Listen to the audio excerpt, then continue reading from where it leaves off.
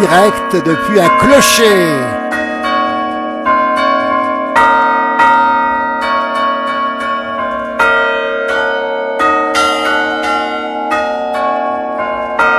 Avec des cloches qui sonnent.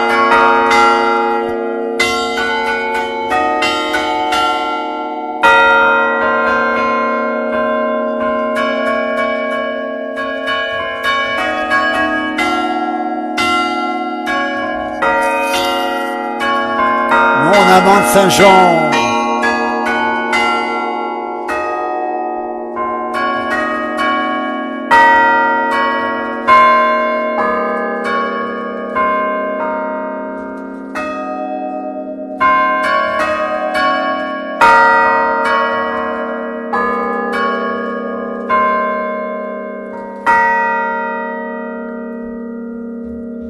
Mon amant de Saint-Jean, depuis le clocher de Crest-Voland, nous sommes dans le Haut-Val d'Arly, en direct dans le clocher, regardez un petit peu.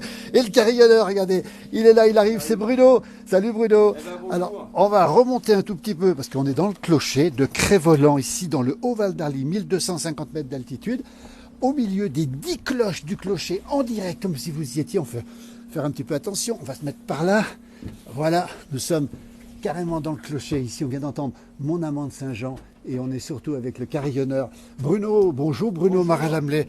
Bienvenue au clocher de Crest-Voland. Merci, attends, on va te donner la parole. Voilà. On va se rapprocher un petit peu, attends, bouge pas, on va passer un petit peu. C'est un peu compliqué pour passer, on est parfait. On va y arriver, faut faire un peu de place. Carillonneur depuis combien de temps Bruno? Depuis que je suis tout petit en fait, je faisais partie de la chorale de Crest-Voland. Puis après, c'était l'aide aux prêtres qui m'avait initié un petit peu. Et puis après, je faisais partie de la chorale. Quand la voix est mue, je pouvais plus chanter, donc du coup, je me suis mis à carillonner. Donc voilà. Et puis en 97, je suis allé voir le maire pour dire que ce serait peut-être bien de l'agrandir. Et du coup, en 97, on a coulé, on a trouvé plein de parrains et marraines. Et on a coulé 3 nouvelles cloches. Et qui sont là, un autre vertical, c'est celle-ci. Voilà, c'est celle qui est sur la verticale. Et en fait, les voiles sont beaucoup plus dorées. Parce que donc elles sont en bronze. Et en fait, avec le temps, elles se sont un peu patinées. Voilà, on a une cloche qui est classée, c'est une rescapée elle est de 1736. Alors, elle est où la cloche? Elle est là, c'est une rescapée. C'est la plus ancienne, celle-ci, d'accord. Voilà, c'est Chrétienneau qui l'avait coulée, et dans le Val d'Arly, on en retrouve une à Flumet qui est de 1736, donc certainement que à l'époque c'était des fondeurs ambulants, il avait dû couler une cloche à Flumet et après à Crest-Voland.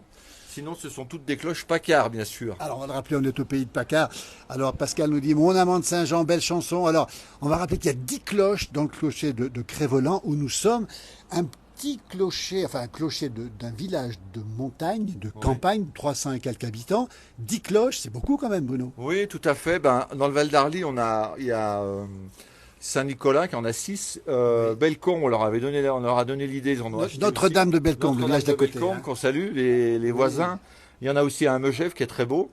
Et puis après, plus loin, on en retrouve à Taninges. Il y a le fameux aussi carillon de Chambéry, qui est le plus grand de France. Et puis, c'est une histoire très savoyarde, les cloches, parce qu'on a à la fois Paccard, mais la plus grande cloche de France, elle est à Paris.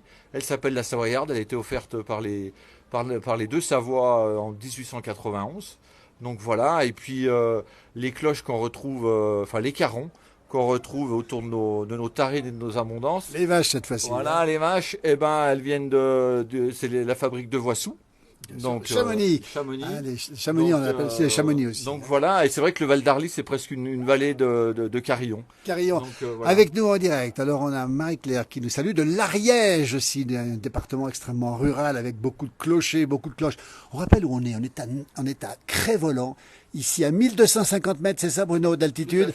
Dans le clocher précisément, on va montrer un petit peu, voilà, les cloches qui sont ici. On a entendu Mon amant de Saint-Jean. Dans un instant, on entendra Bruno encore, justement, nous interpréter encore un autre morceau. On va rester dans ce clocher où nous sommes. Vous êtes déjà très nombreux à nous suivre. Voilà. Bruno, cette passion pour les cloches, on l'a dit, après le chant, ça a été les cloches. Oui. Vous la mettez en pratique régulièrement dans ce clocher? Oui, j'essaye de carillonner régulièrement, notamment pour les fêtes religieuses, Noël, Pâques.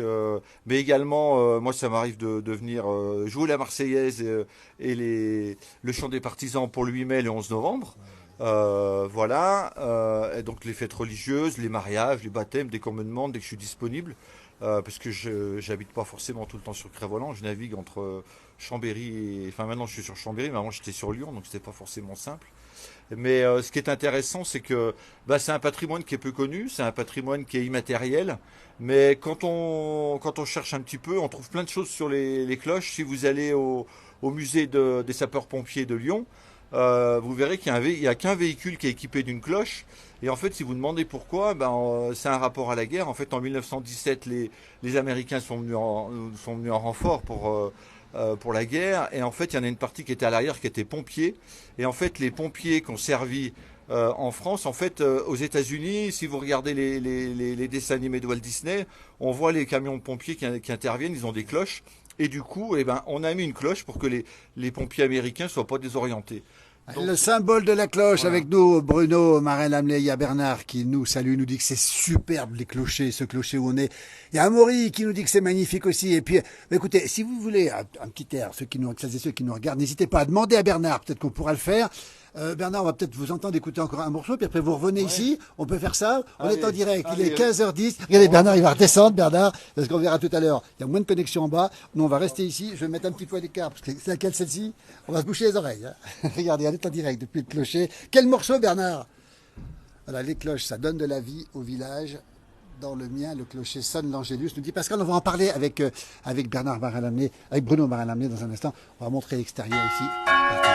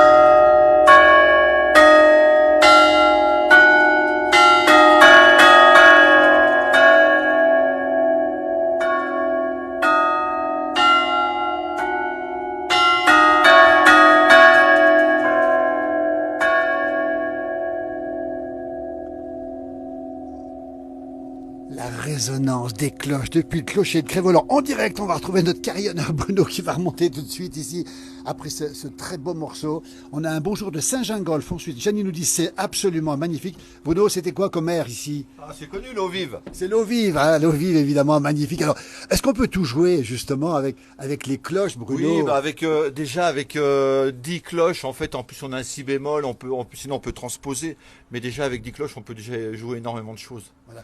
Simone nous dit ça doit résonner drôlement à l'intérieur.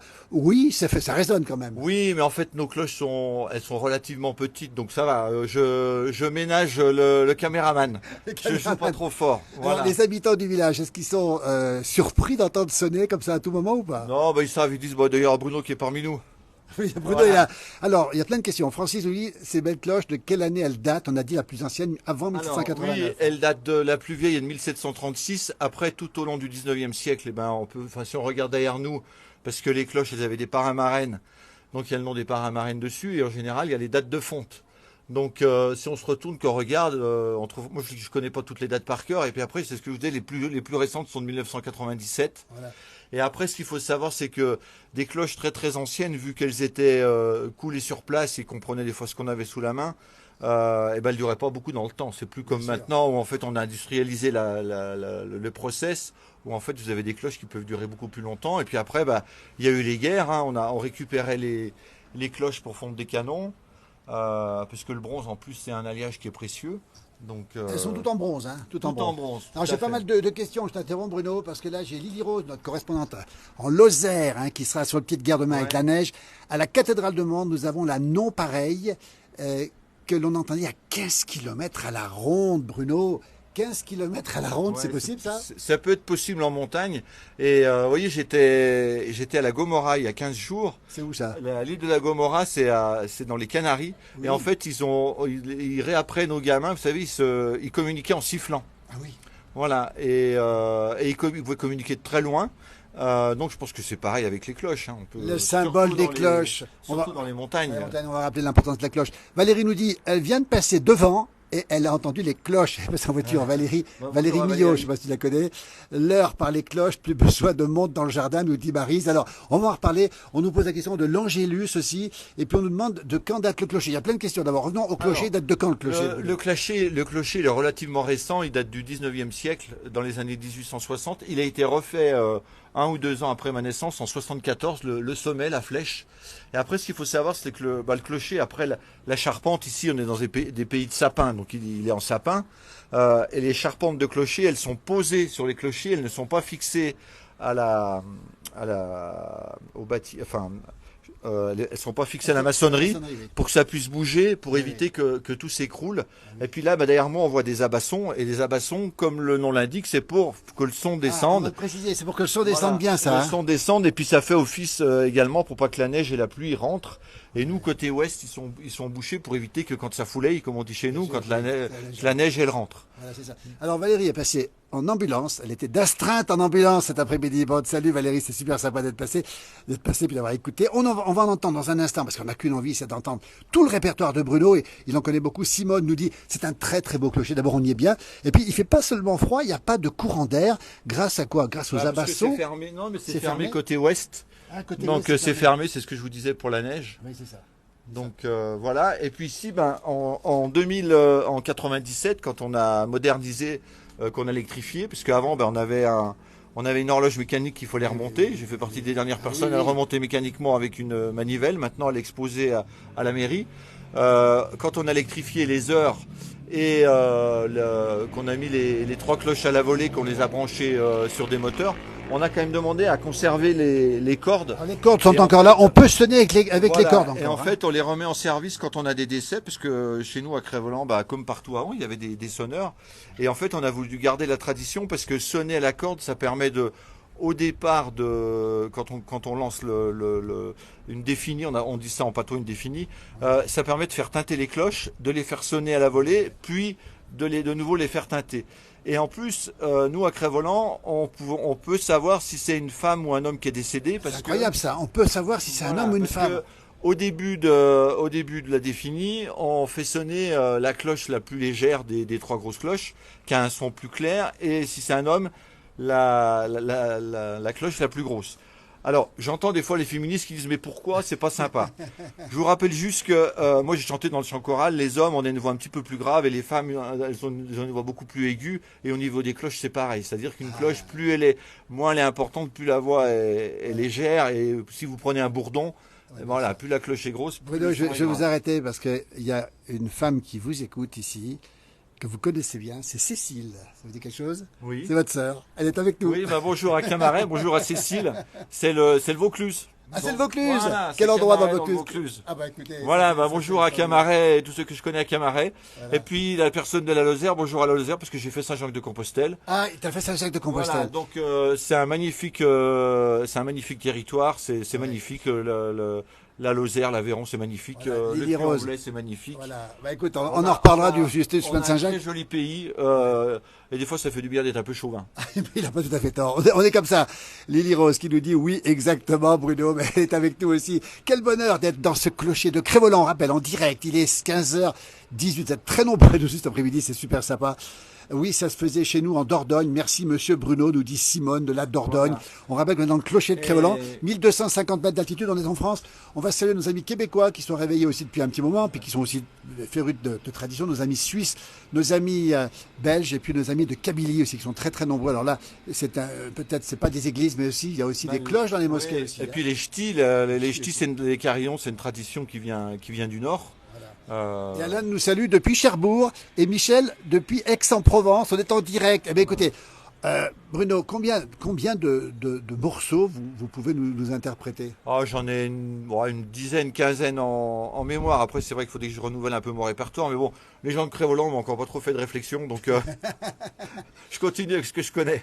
Alors, on va peut-être écouter encore un morceau parce qu'il y a de la demande pour ça, si j'ose dire. Est-ce que tu peux redescendre les escaliers? Allez, j'y On retourne. précise, il descend combien? Pas beaucoup de marche pour redescendre. Ce sera quoi là? Surprise aussi? La surprise. Surprise, Bruno Marin-Lamelais avec nous dans le clocher de Crévolant. Écoutez, je vous laisse écouter. Je suis là, j'écoute tout ce qui se passe aussi ici.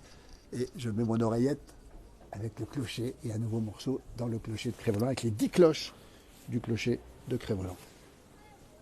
Voilà, Bruno Marin-Lamelais, Carillon.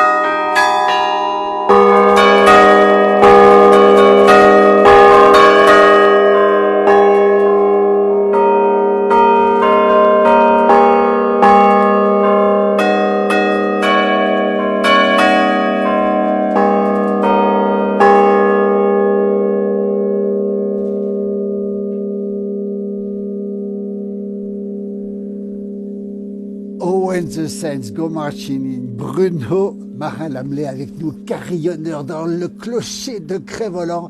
J'ai l'air, mais j'ai pas le titre Lily Rose. Oh, When the Saints, c'est ça. Alors, on me l'a soufflé, on me l'a dit aussi. Et alors, il y a beaucoup de gens qui sont là, notamment de Hénin-Beaumont. Et Simone nous dit, c'est super, j'ai dû baisser le son de mon smartphone. C'est Marie-Claire qui nous dit ça, regardez. Et c'est Louis Armstrong, hein, c'est merveilleux. Félicitations à vous, nous dit Alan aussi. Marie-Claire nous remercie aussi. Dis donc, pour jouer, Bruno, il faut apprendre quand même comment on fait. Un bonjour de Namur. Et Anne-Lise nous dit un talentueux musicien et cette musique nous transporte. Et Lily Rose nous dit oui, bravo, merci beaucoup. Comment on apprend, Bruno? Merci. En fait, comme je vous disais, moi je faisais partie de la chorale, donc l'organisme m'avait un petit peu appris. Et voilà, après, je vous dis, c'est quand même le clavier est limité. Et puis voilà, donc après on apprend un petit peu comme ça sur le tas, comme tout. Et puis après, c'est un peu la passion qui nous transporte. Quand vous avez une passion, quand vous avez quelque chose qui vous plaît, et vous dépassez les difficultés. Est-ce qu'on entend l'Angélus ce soir? Est-ce qu'il est automatique? Comment ça se passe? Alors oui, l'Angélus il est automatique. Il sonne alors de mémoire, je sais qu'il sonne tous les midis et tous les soirs. Je sais pas le matin s'il sonne à 7h ou 8h parce qu'on ménage. En général, on ménage nos vacanciers. Bien sûr. Mais c'est ce que je vous disais. Moi, ce qui m'a fait rire, c'est que je suis allé en vacances à Champagny-en-Vanoise cet été. Et à 7h, il y était à Champagny. À 7h du matin, oui. À 7h du matin. Donc voilà. Alors, il y a aussi une invitation. Quelqu'un qui nous dit, je regarde les commentaires, il y a beaucoup de commentaires. Quelqu'un qui voudrait vous accompagner à la trompe salane, à la trompe de chasse. Trompe de chasse, cloche, Bruno, ça s'est déjà fait? Essayé, pourquoi pas. Venez à Crévolant, pourquoi pas. L'invitation est lancée. Vous demanderez à Bruno si vous venez du côté de Crévolant. On rappelle qu'on est dans le Haut-Val d'Arly, on est en Savoie. Principauté du Val d'Arly. Principauté du Haut-Val d'Arly. En fait, c'est le Haut-Val d'Arly. Enfin, le Val d'Arly, c'est un trait d'union entre les deux Savoies. Voilà. Et regardez la casquette de Bruno, c'est la casquette d'un vrai Savoyard. Et puis c'est quelqu'un qui aime son territoire. Évidemment, il a grandi ici, il est né ici.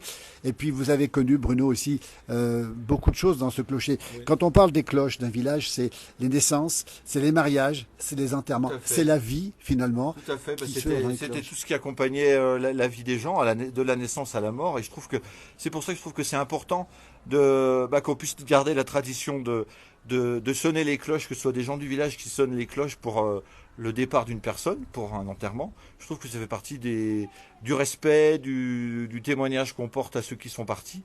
Et je trouve que si on peut conserver cette tradition, c'est très beau. Et puis autrefois, on entendait sonner les cloches régulièrement. C'était pour l'heure. Il y avait l'Angélus, il y avait, on l'a dit, les naissances, les mariages, les décès. Aujourd'hui, dans nos villages, on a quand même l'impression que ça sonne moins qu'autrefois. Vrai ou faux? Oui, bah oui, parce que comme je vous disais, le matin on ménage les vacanciers, puis même des fois même les riverains, hein. Donc et puis donc mais bon, ça, je pense que ça va revenir. Vous savez, c'est comme la cloche, c'est l'effet balancier. Oui. Il y a des choses qui sont parties, qu'on pensait jamais revenir, et puis il y a des choses qui vont revenir, hein. Moi, je me rappelle, enfin, vous savez, c'est comme là, il y a le salon de l'agriculture. Moi, je me rappelle quand j'allais à Megève. Moi, j'étais fils de paysan.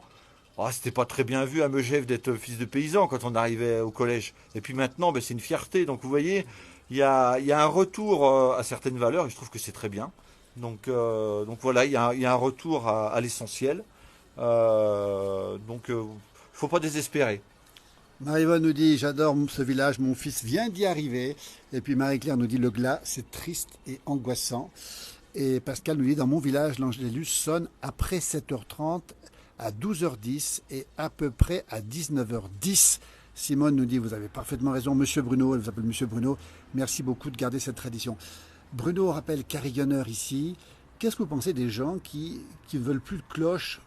Parfois, c'est rare, mais on peut voir des Oui, pétitions. après, c'est comme ça. Après, je pense, vous voyez, là, on a mis un panneau à l'entrée de l'agglomération pour dire que bah, chez nous, il y avait des cloches.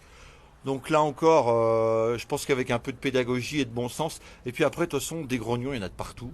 Et les grognons, eh ben, voilà, moi ce que je dis, on a aboli la peine de mort, et ben les cons, on les garde. Donc, donc, faut faire avec ceux qui supportent pas certaines choses. Et c'est aussi comme ça, voilà. Moi, je pense que bah, c'est comme ça. Il y en a qui supportent pas, bah tant pis. Et vous savez, la nature humaine est très complexe. Donc voilà. Et puis. Et autrefois, ça gênait personne.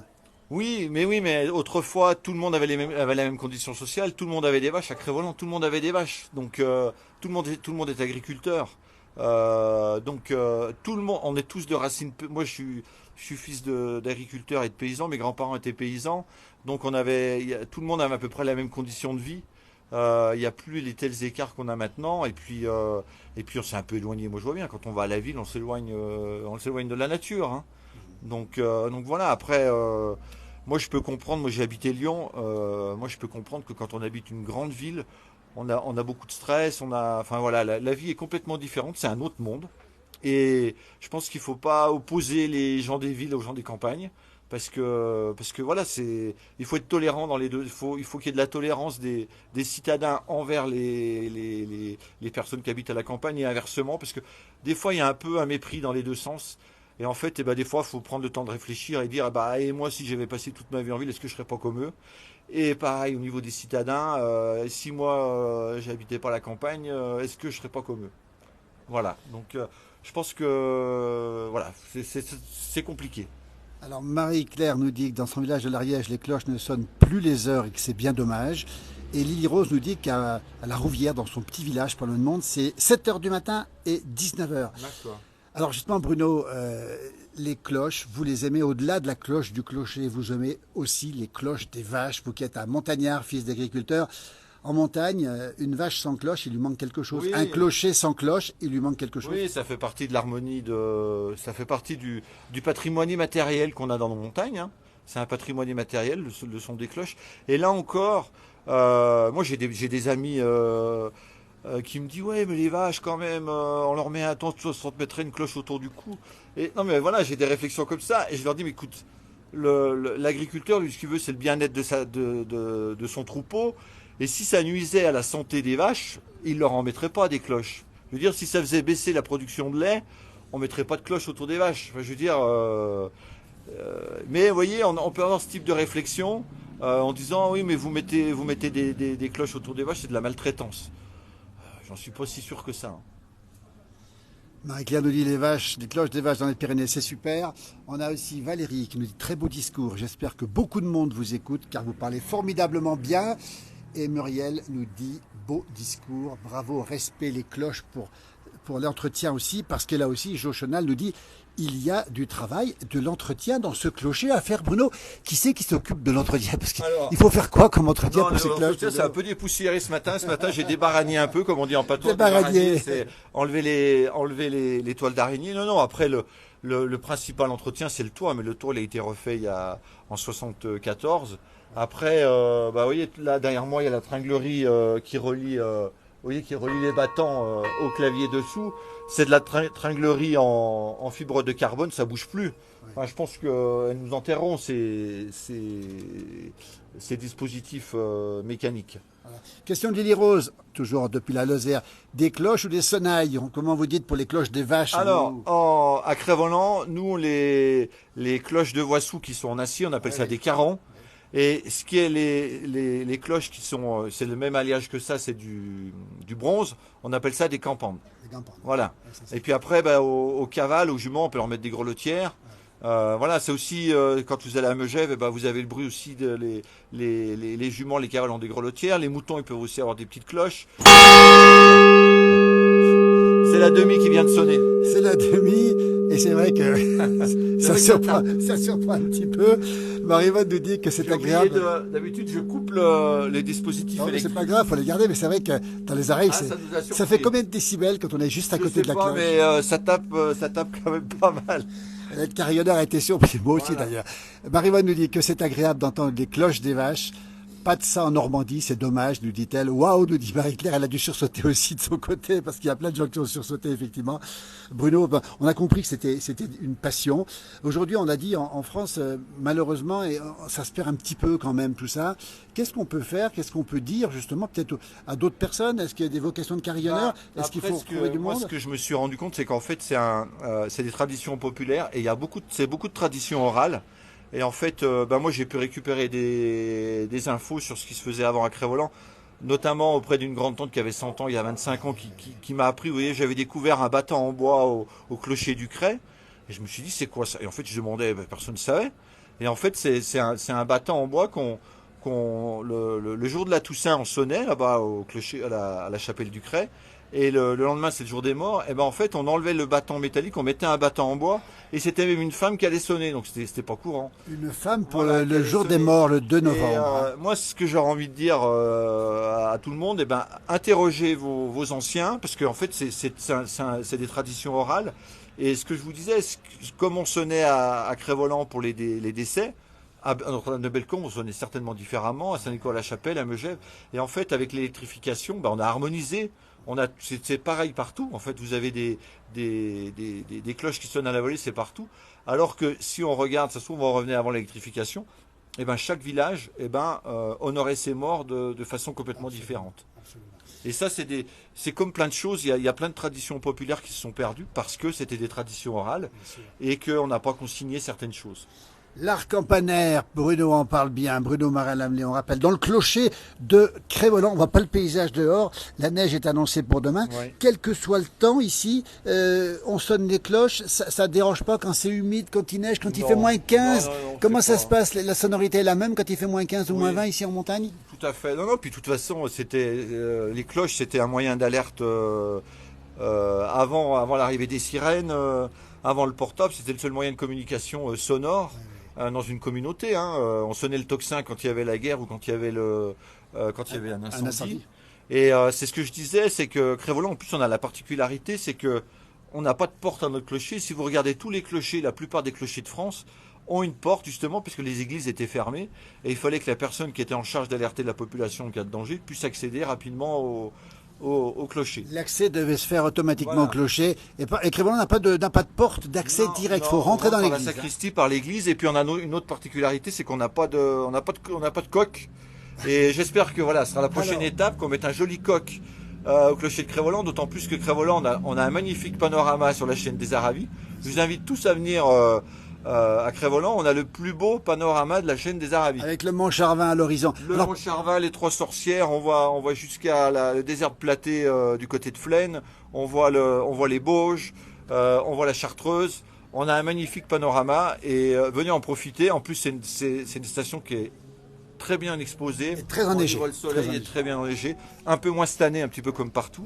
Mais c'est un très beau. Et alors pourquoi un très beau village. on n'a pas de cloche ici dans le, c'est pas de cloche, pas de coque sur le clocher Eh ben, je sais pas. on sait pas. Je sais pas. C'est une chose qui, faudra y pallier parce que c'est pareil. J'ai regardé de tout le tour de la chaîne des Aravis. Il y a le Mont Saxonnet qui a pas de coque. D'ailleurs, je salue. J'avais un copain d'école là-bas, du Gerdil. Ah, on va le saluer, ils sont souvent avec nous. Oui. Donc voilà. Et... Alors j'ai Lily Rose qui dit tous les clochers de Tourmente existent dans le Mont Lozère et la Margeride. Il y a des clochers avec des cloches qui peuvent sonner. Alors, et puis Johan Guillermin nous dit aussi pas de coque sur le clocher, ça cloche. Nous dit Johan. Ouais, alors pourquoi il y a des clochers de Tourmente? C'est quoi tout à fait. En Lozère, quand vous traversez la Lozère, il y a la Burle qui soufflait et en fait c'était la Burle. En fait la neige tourbillonnait. Et alors vrai ou pas vrai, on disait que même les agriculteurs pouvaient se perdre à l'intérieur de leur cours. Oui. Donc en fait, quand il neigeait, comme on dit chez nous, quand ça foulayait, et ben en fait ils agitaient une cloche. En fait, c'était dans des hameaux pour que les gens puissent se repérer, et retrouver les maisons. Donc ça, oui, c'est typiquement de la Lozère. Et puis après, quand vous allez en Lozère aussi, vous avez des clochers peignes. Vous avez différentes formes de clochers. Il me semble qu'en Lozère, il y a des clochers peignes. En fait, c'est des clochers qui sont dans les murs. On appelle ça des clochers peignes. Mais quand on s'intéresse un petit peu à l'art campanaire, on voit on découvre plein de choses par rapport aux cloches. Les cloches, le symbole justement de la France, notre symbole aussi. Florence nous dit ne perdons pas toutes ces belles traditions. Nous y étions hier à Crévolant apparemment. Il faut le message, Bruno. Il faut garder ça. Ça fait partie de notre âme. La cloche du clocher, les cloches des vaches. La cloche, c'est comme le loup. Ça fait partie de l'imaginaire, si j'ose dire. Et puis comme on dit, le clocher, c'est un doigt qui vous montre le ciel. Le clocher est un doigt qui vous montre le ciel, Bruno, c'est pas faux. Voilà. Et les proverbes, il y en a, mais je vous en ai dit tout à l'heure, il est marrant, on peut pas sonner la cloche et suivre la procession. Oui. Ça veut dire on peut pas faire deux choses à la fois. Ah oui. Alors Lily Rose nous parle des clochers peignes et des clochers mûrs, elle est témoin de tout ça. Les clochers mûrs, tout à fait. Aussi. Alors Bruno, justement, vous avez fait plein de recherches sur les cloches, sur le clocher, sur le sens du mot cloche aussi. On le retrouve dans pas mal de. Quand on dit que ça cloche, c'est qu'il y a un truc qui va pas. Ça veut dire que s'il n'y a pas de cloche, ça va pas. Il y en a plein. Déménager à la cloche de bois. Ça veut dire quoi ça? Déménager sans faire de bruit. Donc il y a même un proverbe tibétain qui dit on vole pas une cloche, c'est-à-dire que si vous voulez une cloche, vous faites du bruit, vous faites surprendre. Bien sûr. L'attachement aux cloches avec Bruno. Bruno. Il est 15h36. On va encore lui demander de faire un aller-retour peut-être pour jouer un petit morceau. Allez. Parce qu'il y a de la demande. Ça fait partie de la vie, nous dit Pascal. Et effectivement, allez Bruno, il va descendre. Après on descendra nous à la fin parce que la connexion est moins bonne en bas. C'est juste au-dessous, il est juste au-dessous. Il a ses claviers là-dessous. Et puis on va entendre un morceau. Je ne sais pas ce que c'est un petit peu la surprise. Toujours le clocher de Crévolant dans le Haut-Val d'Arly, en Savoie, à 1250 mètres d'altitude. Nous sommes dans le clocher, ici, et on va écouter un morceau. Je ne sais pas lequel. Je suis comme vous, j'attends.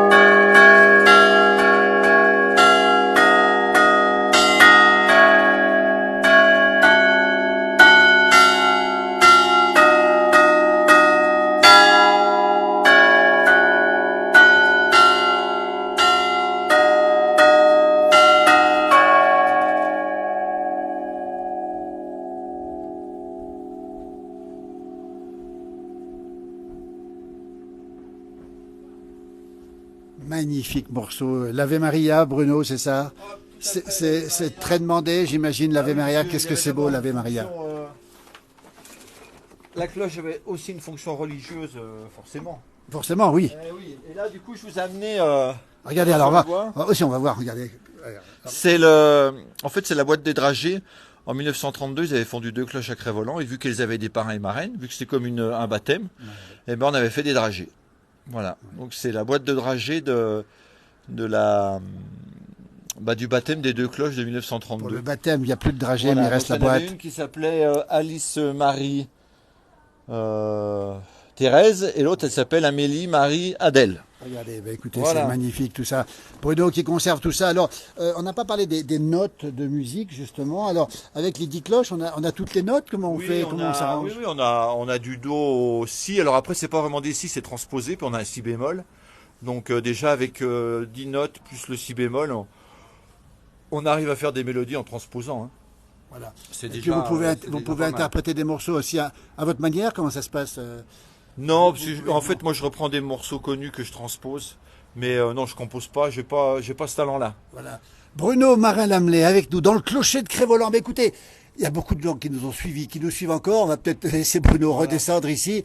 Qu'est-ce qu'on peut dire encore, Bruno, sur ce clocher, sur ces cloches, sur cet imaginaire ici? Et puis moi, je vais descendre en bas aussi, vous suivre. Ouais. Alors peut-être qu'on va pouvoir rejouer un petit morceau encore une fois là. Allez. Je reste ici, puis après je redescends. Allez, et on va clore justement là. On va clore. Je vais vous montrer où il est justement, Bruno. Parce que regardez, il y a les escaliers. Alors pour monter ici, c'est quand même assez acrobatique quand même. Hein. C'est un montagnard, hein. Il faut le pied montagnard.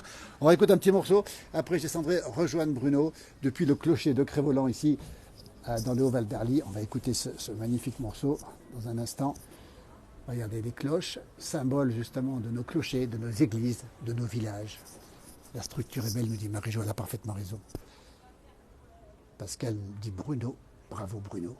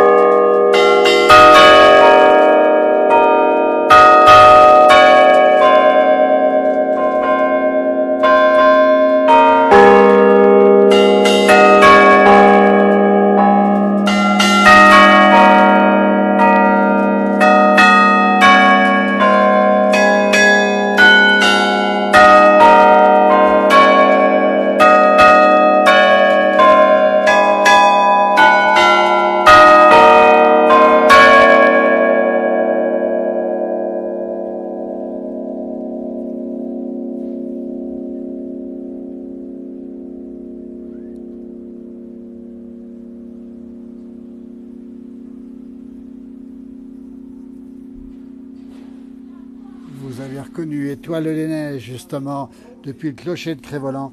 Alors, je vais descendre maintenant les escaliers. Voilà comment ça se passe. Ici, les escaliers. Et je rejoins Bruno. J'espère que la connexion va tenir, surtout. Je redescends. Hop là. Hop. C'est un petit peu pentu. Je revois Bruno en bas. Voilà la descente. Regardez comment ça se passe. On va tout vous montrer. Voilà, les escaliers. Évidemment, c'est un petit peu pentu, mais c'est normal. Et on va redescendre pour trouver l'étage au-dessous, justement, Bruno. Notre carillonneur depuis le clocher de Crévolant. Encore une fois, c'est la Savoie, c'est le Haut-Val d'Arly, 1250 mètres d'altitude.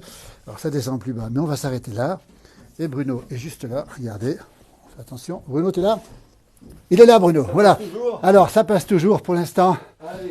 Pierre Rosin nous salue. Et puis, Cécile est très fière de son frère, Bruno. Regardez, regardez, on a entendu. Regardez, voilà, Bruno, maintenant, va nous montrer.